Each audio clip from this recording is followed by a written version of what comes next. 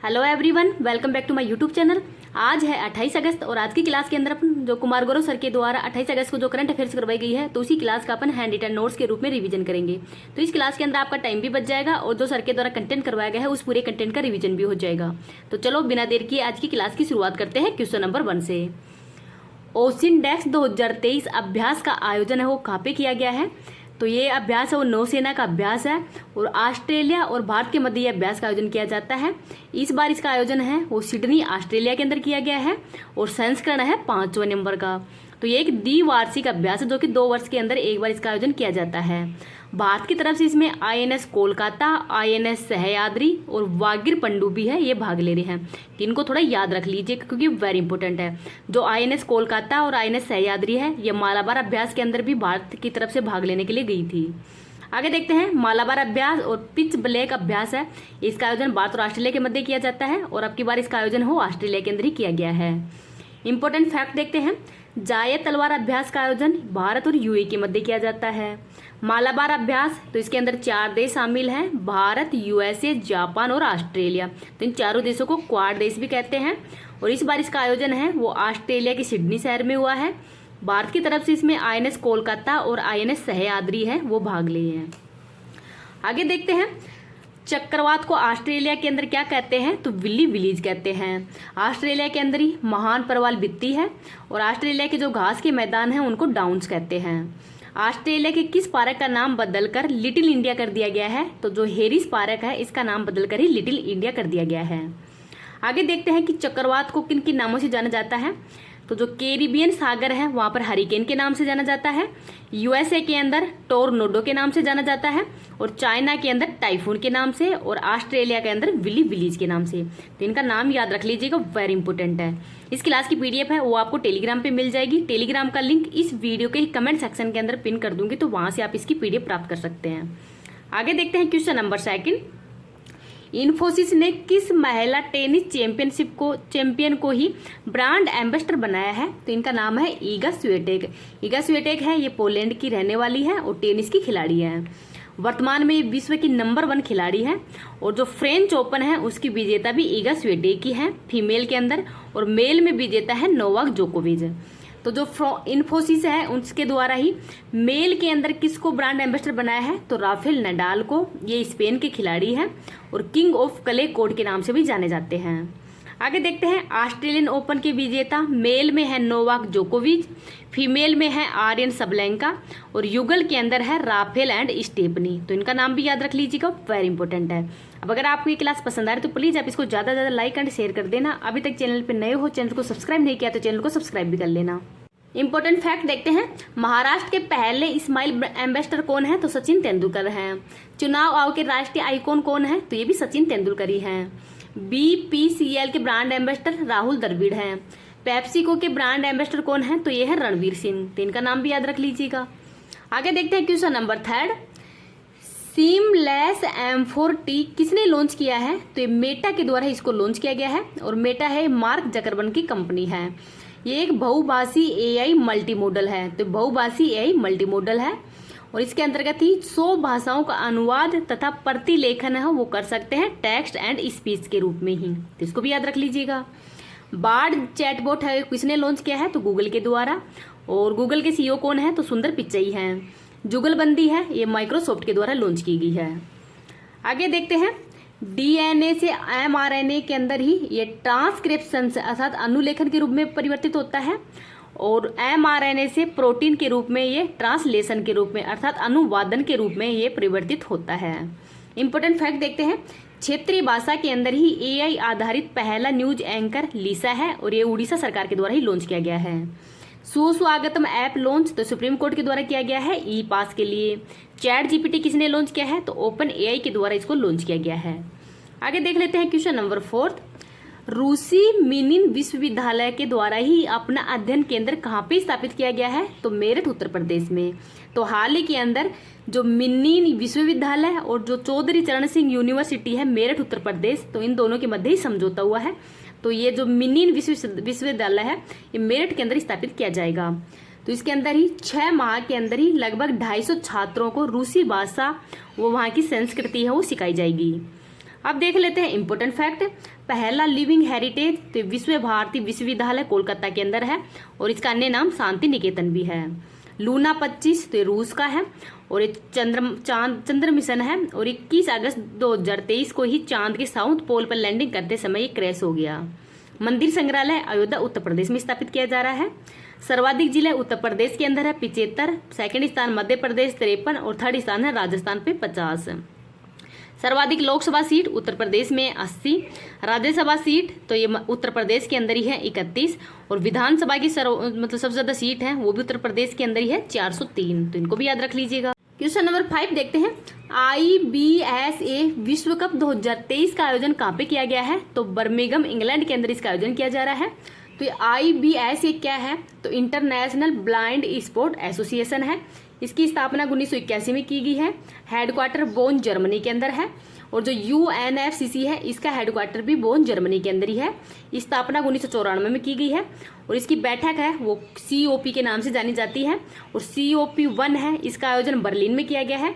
COP जो 27 है इसका आयोजन इस बार मिस्र के अंदर किया गया है और COP जो 28 है इसका आयोजन UAE में किया जाएगा। अब देखते हैं कि जो IBSA विश्व कप है इसमें गोल्ड मेडल है वो भारत ने जीता है और सिल्वर है वो ऑस्ट्रेलिया के द्वारा जीता गया है। नेत्रहीन महिला क्रिकेट टीम की पहली महिला कप्तान कौन है? तो इनका नाम है सुषमा पटेल जो कि मध्य प्रदेश की रहने वाली है और पहला मैच है वो नेपाल के विरुद्ध खेला गया था, तो इसको भी याद रख लीजिएगा। अब देखते हैं इंपॉर्टेंट फैक्ट। फीफा महिला फुटबॉल वर्ल्ड कप 2023 का होस्ट ऑस्ट्रेलिया और न्यूजीलैंड है। विजेता स्पेन और उपविजेता इंग्लैंड है। अंडर 19 महिला T20 वर्ल्ड कप का होस्ट दक्षिण अफ्रीका है। विजेता भारत, रूप विजेता इंग्लैंड है। ICC क्रिकेट वर्ल्ड कप 2023 का होस्ट भारत है। ब्रांड एम्बेसडर शाहरुख खान है और इसका शुभंकर है क्रिप्टोवर्स। तो क्रिप्टोवर्स है ये मेल और फीमेल दोनों ही है। विश्व टेस्ट चैंपियनशिप के अंदर ही फर्स्ट बार विजेता न्यूजीलैंड है और उप विजेता भारत है। सेकंड बार इसका विजेता ऑस्ट्रेलिया है और उप विजेता भारत है। आगे देखते हैं क्वेश्चन नंबर 6। लघु सिंचाई योजना गणना रिपोर्ट 2017-18 के अनुसार ही ये किसके द्वारा जारी की गई है? तो जल शक्ति मंत्रालय के द्वारा जारी की गई है और इसके मंत्री हैं गजेंद्र सिंह शेखावत। संस्करण है 6 नंबर का। पहला संस्करण है वो 1986-87 के अंदर आया था और इस बार ये 6ठा संस्करण है।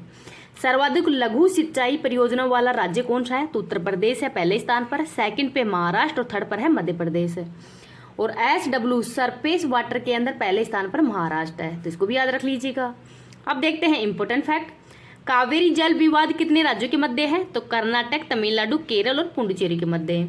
एशिया की सबसे लंबी नदी यांगटीसी क्यांग है।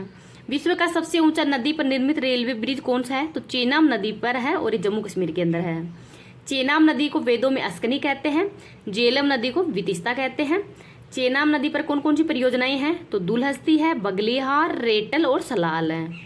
सर्वाधिक जलाशय वाला राज्य कौन सा है? तो ये पश्चिम बंगाल है, तो इसको भी याद रख लीजिएगा, वेरी इंपॉर्टेंट है। क्वेश्चन नंबर 7 देखते हैं। G20 तकनीकी कार्यशाला का आयोजन कहाँ पे किया गया है? तो बेंगलुरु के अंदर। ये 29 अगस्त से 31 अगस्त के मध्य इसका आयोजन किया जाएगा। इस बार की थीम है स्वास्थ्य, अवसर और चुनौतियां। इसका मेजबान है वो ICAR भारतीय कृषि अनुसंधान परिषद है। G20 शिखर सम्मेलन का आयोजन दिल्ली में किया जाएगा। G20 की स्थापना 1999 में की गई है। इसमें 19 देश और एक यूरोपीय यूनियन शामिल है। इसके अंदर विकसित व विकासशील देश शामिल हैं। 2023 का होस्ट भारत है और क्रम के हिसाब से ये 18वें नंबर का है। थीम है वसुदेव कुटुंबकम और इसके फर्स्ट शेरपा हैं वो है अमिताभ कांत। तो G20 2022 की बैठक को इंडोनेशिया में, 2023 की भारत में और 2024 की ब्राजील में होगी। तो इन तीनों को ट्राइका के नाम से भी जाना जाता है। अब देखते हैं इंपॉर्टेंट फैक्ट। G7 व क्वाड देशों की 2023 में बैठक जापान के हिरोशिमा में की गई है।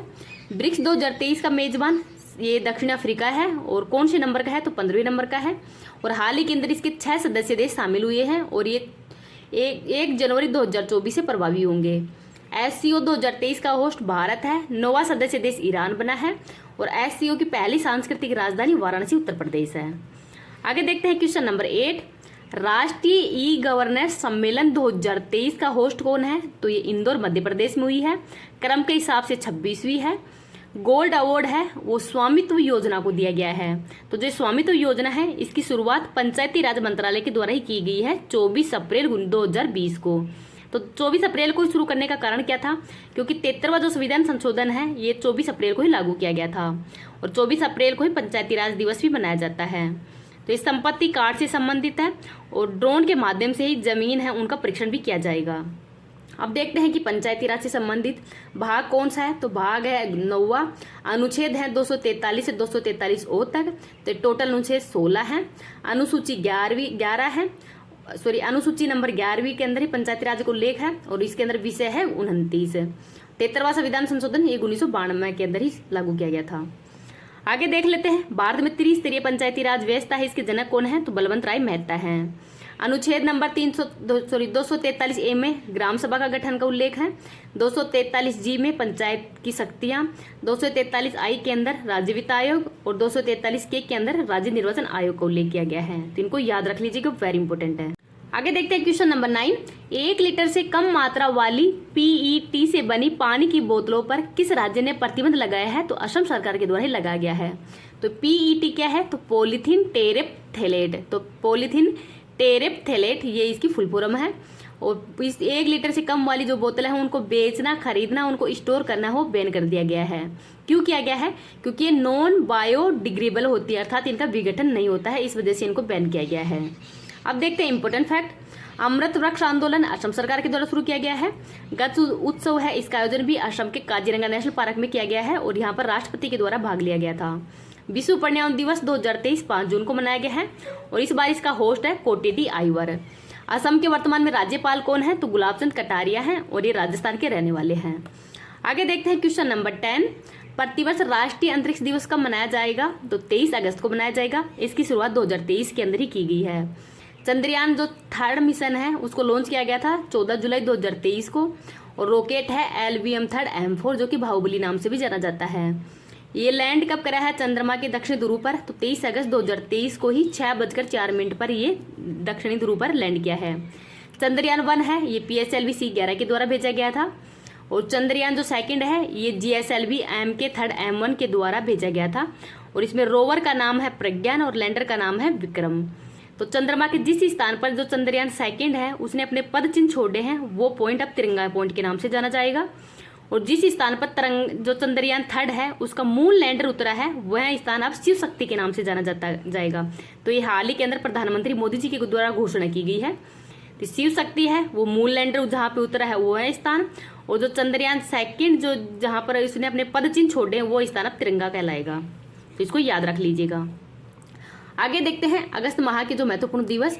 6 अगस्त को हिरोशिमा दिवस, 7 अगस्त को राष्ट्रीय हथकरघा व भाला फेंक दिवस मनाया जाता है, 9 अगस्त को विश्व आदिवासी दिवस, 10 अगस्त को विश्व शेर दिवस, 12 अगस्त को विश्व हाथी व अंतर्राष्ट्रीय युवा दिवस, 19 अगस्त को विश्व मानवतावादी दिवस और 29 अगस्त को राष्ट्रीय खेल दिवस मनाया जाता है। क्वेश्चन नंबर 11 देखते हैं। पीएम मोदी के द्वारा ही ग्रीस के पीएम की पत्नी को मेघालय की सोल उपहार स्वरूप दी है। तो जो मेघालय की जो सोल है वो ग्रीस के प्रधानमंत्री की पत्नी को मोदी जी के द्वारा दिया गया है। तो इसको भी याद रख लीजिएगा। अब आज की क्लास है वो यहीं समाप्त होती है। आपको ये क्लास कैसी लगी है प्लीज़ कमेंट सेक्शन के अंदर बताना है और क्लास प्लीज़ आप ज़्यादा से ज़्यादा इसको लाइक एंड शेयर कर देना और अभी तक